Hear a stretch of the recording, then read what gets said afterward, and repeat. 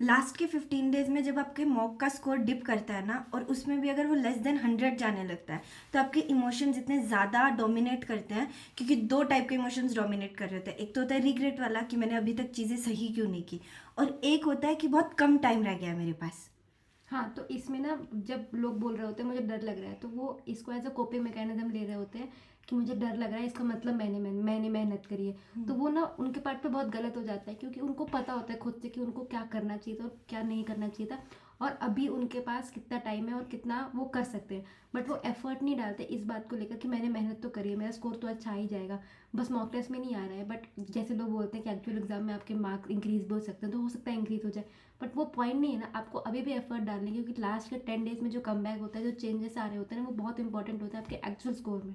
Yes बिल्कुल, last वाला जो पार्ट होता है वो सबसे डिफाइनिंग मोमेंट होता है, और इसीलिए हम भी इतना अग्रेसिवली अभी सारे एफर्ट्स डाल रहे हैं। लास्ट वाले वीडियो में आप भी बहुत एनर्जी से कमिट कर रहे थे कि आप साथ चलेंगे। अब उसके बाद हमने मॉक एनालिसिस वाला पार्ट डाला है, और आज इस वीडियो के डिस्क्रिप्शन में हम आपसे प्लानर शेयर कर रहे हैं। अब हमने प्लानर में आपको रेस्ट्रिक्ट नहीं कर दिया है कि आपको कोई भी चैप्टर में एग्जैक्टली क्या एक्टिविटी करनी है, मतलब आपको 40 क्वेश्चन ही सॉल्व करना है या आपको इस चैप्टर का मॉक देना है। हम आपको रेस्ट्रिक्ट नहीं कर रहे हैं, वो चैप्टर में आप क्या करेंगे वो आपको डिसाइड करना है। बट हमने मोटा मोटा फ्लो सेट कर दिया है कि अगले 15 डेज के लिए आप कौन से चैप्टर्स को कौन से दिन में फॉलो कर रहे होंगे। हमने 5-5 दिन का गैप बना के आपको एक अच्छा सा प्लानर दे दिया है, तो उसको फॉलो करना है। तो इसका मेजर पर्पज इज ये कि ना तो रिग्रेट करने से कुछ होगा, ना डरने से कुछ होगा, सारी चीज़ें एक्शन से सही की जाती है। बट आपको एक डायरेक्शन की ज़रूरत होती है कि मुझे करना कैसे है।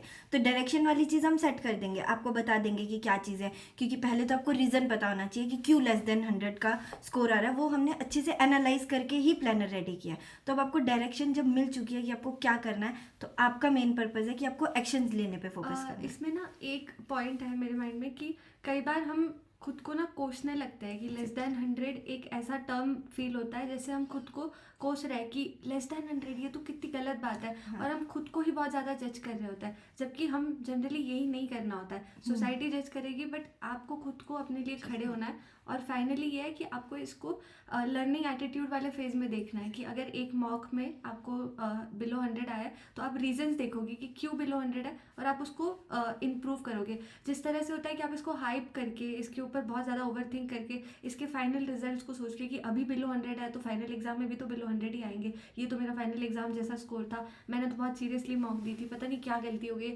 ये सारे जो ओवर थिंकिंग वाले थॉट्स होते हैं, इनको साइड में रख के प्रैक्टिकली सोचना होता है कि आपके मॉक का अगर कांस्टेंट स्कोर है तो क्या एनालिसिस है उसकी, अगर वो मॉक इंक्रीज नहीं हो रहा है मार्क्स तो क्या एनालिसिस है। आपके पास डेटा होना चाहिए, एनालिसिस होना चाहिए, ना कि आपके पास इमोशनल फीलिंग से एकदम भरा हुआ होना चाहिए कि हाँ, और इसमें ना कि पता नहीं क्या गलती हो गई या फिर मुझे तो आइडिया ही नहीं मिल रहा है कि मैंने क्या गलती करी, वो सारे फेक टर्म्स होते हैं। आपको एग्जैक्टली पता होता है कि आपको क्या करना है, आपने वो चीज़ एनालाइज नहीं करी होती, बस इतनी सी बात होती है। आपको प्रॉपर एनालिसिस करनी कि आपका स्कोर क्यों कम है, क्या वो सिली मिस्टेक्स उसका रीज़न है, या फिर टाइम मैनेजमेंट रीज़न है, या फिर पेपर अटैम्प्ट की स्ट्रैटेजी गलत थी, कि आप उन क्वेश्चंस को पहले अटैम्प्ट कर रहे थे जिनको बाद में अटैम्प्ट करना है, क्या आप ईजी क्वेश्चन स्किप कर रहे थे। ये सारी ऐसी ऐसी गलतियाँ होती है जो आप पेपर में कर रहे होते हो, बट आप उसको एनालाइज नहीं कर रहे होते, जिससे कि आपका स्कोर डिप करता है और आपको लगता है कि आपने क्या ही गलती करी है। आपने सिलेबस तो ख़त्म किया ही था, आपने 70% सिलेबस ख़त्म किया है, तो उसका आपको आउटपुट क्यों नहीं दिख रहा है। ये सारी चीज़ें बहुत आपको डिप्रेस कर रही होती है इस टाइम पर।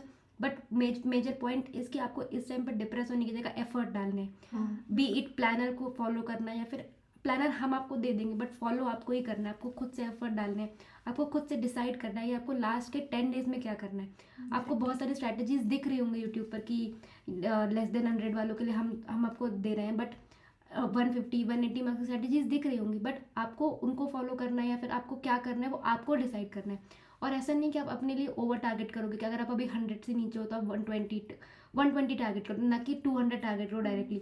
अगर आप 120 टारगेट करोगे तब आप 110-115 तक पहुंचोगे। इसका मतलब ये नहीं कि आप 200 टारगेट करोगे तो 190-195 तक पहुंच जाओगे, वो तो ऑब्वियसली ओवर टारगेटिंग है। मतलब रियलिस्टिक चलना बहुत ज़रूरी है। अभी हमें पता है लेस देन 100 है, तो हमारा पहले जो सेट होना चाहिए थ्रेशोल्ड वो होना चाहिए कि मुझे 100 प्लस जाना है। तो उसके लिए बहुत रियलिस्टिक टारगेट सेट करना है एंड उन पे काम करने की कोशिश और करनी है। अब ये जो प्लानर है, हो सकता है कि आप ये प्लानर ओपन करेंगे, मोटा मोटा देख लेंगे और उसको बंद करके छोड़ देंगे, वो नहीं करना है। प्रिंट लो ना, 5 प्रिंट लो, उसकी लगाओ अपने वॉल पे, सीरियसली उसके लिए प्रेपरेशन और करो। आप उसका डेली अपडेट हमें मेल पे भेजो, हमें प्रॉपरली अपडेट करो कि आपकी प्रोग्रेस क्या है। इसमें ना दोस्त एक बहुत अच्छी लाइन बोलते हैं कि अगर आपने प्रोग्रेस 92 से 96 तक किया है तो वो उस प्रोग्रेस से ज़्यादा है जो 97 वाला 99 के लिए कर रहा है। क्योंकि 97 वाला तो ऑलरेडी उस थ्रेशोल्ड को क्रॉस कर चुका है, बट आपको 92 से परसेंटाइल से 96 परसेंटाइल या फिर आपको जो भी 90 के बिलो परसेंटाइल है उससे 90 परसेंटाइल प्लस में जो आपने थ्रेशोल्ड क्रॉस किया है वो बहुत इंपॉर्टेंट है। उसके बाद आप और थ्रेशोल्ड क्रॉस करो कि जो 97 परसेंटाइल वाला है, बट आप डायरेक्टली 92 से 99 पे नहीं जा सकते हो ना, बीच में बहुत सारे स्टेप्स होते हैं जिसको आपको प्रॉपरली फॉलो करना होता है। मिताली, मुझे लग रहा है कि इसमें ना एक वो पार्ट होता है कि 92 से 96 में हम बहुत सारी हैबिट्स चेंज कर रहे होते हैं।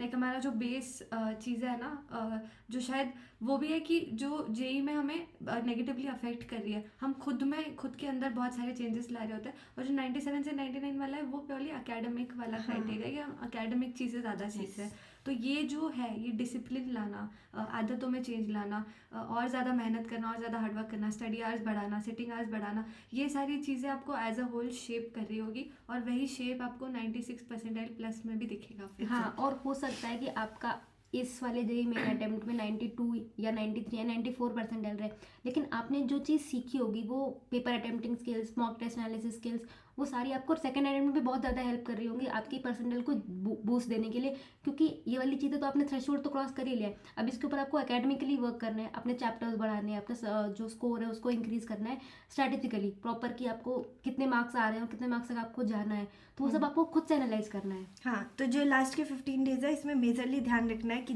जो चीज़ें आप फॉलो कर रहे हो ना उस पर ट्रस्ट रखो, क्योंकि अभी आपके पास ना तो डरने का टाइम है ना रिग्रेट करने का टाइम है, सिर्फ एक्शंस लेने का टाइम है।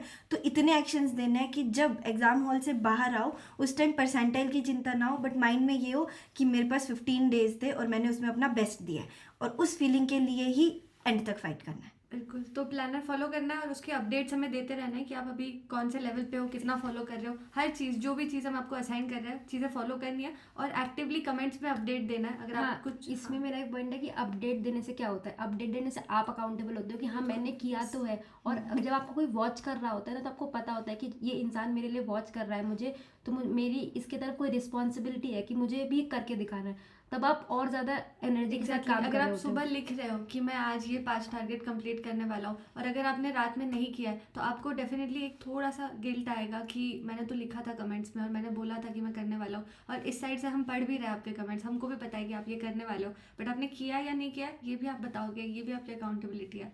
ठीक है, तो पॉजिटिव नोट पर एकदम सेशन रैप करता है और सारी चीज़ों में खुद लीड लेता है, खुद रिस्पॉन्सिबिलिटी लेता है अपने एक्शंस की, अपने अच्छे चीज़ों की कि हम अभी इम्प्रूव कर रहे होंगे, और कमेंट्स में पॉजिटिव चीज़ें छोड़ के भी जाएंगे अपने लिए। ठीक है, ऑल द बेस्ट।